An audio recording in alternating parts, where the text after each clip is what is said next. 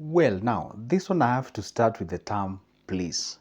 Please don't quit your job to start a business. Well, I know that one I know sounds crazy, sounds strange, and you're like, what? We shouldn't quit our business, or rather, we shouldn't quit our job to start a business? On this video, I'm gonna take you step by step, and I'm gonna share with you why you shouldn't do that, because there's some consequences that come with it. Probably in this particular year, by the way, I'm making this video barely less than half of the or 15 days since the year started, and I know some of your resolutions are like, hey, you know what, I'm looking forward to quitting my job so that I can start a business because I want to grow myself and da, da, da. Yeah, true. But listen carefully. Don't do that. There's some of the consequences that are there. There's something that you're supposed to do. Instead of doing that, I'm gonna share with you what you're supposed to do, and that is today's video. This is Good Joseph making this video. In case you're watching me for the first time, go ahead and hit that like button. Make sure that you subscribe, and if you're a returning subscriber, thank you for your eyeballs, and leave me a comment on the comment section. Now, why am I saying that you shouldn't start your business that is immediately after quitting your job, or you shouldn't quit your job and start the business? Listen, there is one thing that people don't understand. We never quit the job to start a business. We usually start a business to quit the job. Okay, most of the people tend to use this formula. This is the job, okay? This is the job, okay? Now, guess what you do? You quit it, and then guess what you do? You start a business, all right? But it should be the other way around. What you do is supposed to start a business, are you together? And then what happens? You do what? You quit, and that is your job. Are we together? Why? You are quitting when you already have what we call a soft landing. There's something called the soft landing. The pen is refusing to work with me. Can always change. There's something called the soft landing. See, when you quit the job, or rather when you start the business, you run the business as you have the job. You run those two things concurrently, then you can quit later. But I know this one comes with a caveat. You have to understand that sometimes running a business when you are employed is very tricky and very hard at times. You might actually start a job, or you must start a business that requires a lot of attention, of which you do not. Remember, when you are employed, when you have a job, you're trading your time. One of the factors that you're trading is your time. And this time is a factor that is needed in a new job. Are we together? You in a new business. Why am I even confusing those two terms? You need a lot of time in a new business. Therefore, it might be very hard for you to actually use that formula. But the question is this: if you want to use the previous formula of quitting the job to start a business, then there is something that you have to involve. Why? I have seen a lot of people, that job that you're having right now where you are employed, you take a lot of time to, what do you call, to accumulate your cash, to save up your money. You pile up a certain amount of money. Then, let's say your business starts or needs like say 300,000. Then you go ahead and start that up business. And guess what happens? That business, you're only passionate about it. It's a business that you do not understand. You started a business that you don't understand just because you want to quit a job that you don't love. Therefore, it becomes a very tricky situation. This is what you want to do if you want to start a business after quitting your job. Go ahead and find much about that particular business. Let's say you want to open, say, selling sneakers business, or selling sneakers shoes in a shop, or maybe say you want to start yourself a cereal business, or you want to start yourself a pharmacy. Go sit down with the people who are operating that particular business. Know who are the suppliers. Know variety or options as far as the suppliers and the distributors are concerned. Understand about the licensing and the permits that are required for that particular business. Know about the pricing. Understand who will be your competitors. How much are they selling in terms of, how much, or how is that particular industry, how particular niche that you're getting yourself into? Is it a competitive one? Is it a niche that, hey, people are about to even to quit that particular business? What are the complaints are they talking about? What are the challenges? What are the problems? If they have employed people, how are they managing those people? How much are they paying their employees? And when are they paying them?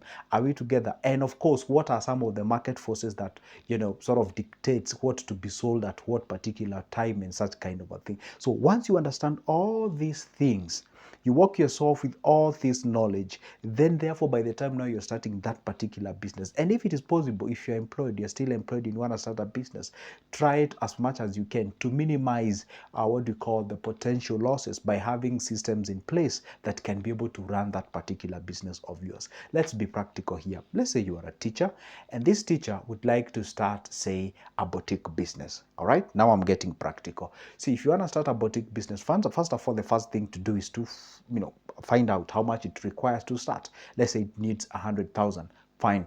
Now the next thing you do is to find out, hey, guess what is the location, or what is the appropriate location for that? Because location is very important, because location links you up with the clients or with the target customers. So you identify the location, and also location actually determines or defines the amount of money that you have to pay in terms of the licensing or in terms of what you call the rent and what have you. Because in Kenya, for instance, if you move from one city to the other, you find that the license or the permits that you're paying, they differ based on how big the city is. Are we together? So you find out what are those necessities. Then you find out who are your competitors in that particular industry. Where are they getting these supplies and such? See, now when you understand all this information and then find out the engagement of that business. You see, there are these businesses that I usually call them that they have what we call, a lot of moving parts. What does it mean? There are businesses that have a lot of moving parts. You find that you get yourself into a business. For example, in Kenya, talk about General Shop. General Shop in Kenya, it's an equivalence of a convenience store, okay? This is why you really need somebody to be there each and every time, because this is where you are selling the day-to-day things that are needed each and every day. So you really need people. It's not like opening a car yard or maybe opening a hardware or opening such kind of a thing. You get what I'm saying? So this is a place that requires person to be there each and every time.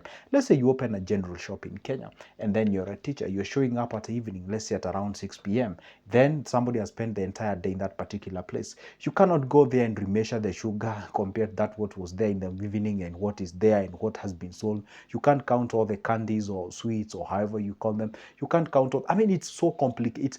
It has a lot of moving parts. You can't really monitor that. But for example, if you get yourself into, say, selling milk and water and whatever in a dispenser, you already know, like, you see, there are businesses that are easier for you to monitor even if you're not the one who is actually working in that particular place. So when you have all these things, you can be able to start a business regardless of you being absent, and that business can actually has high chances of it surviving compared to just an individual who quit the job.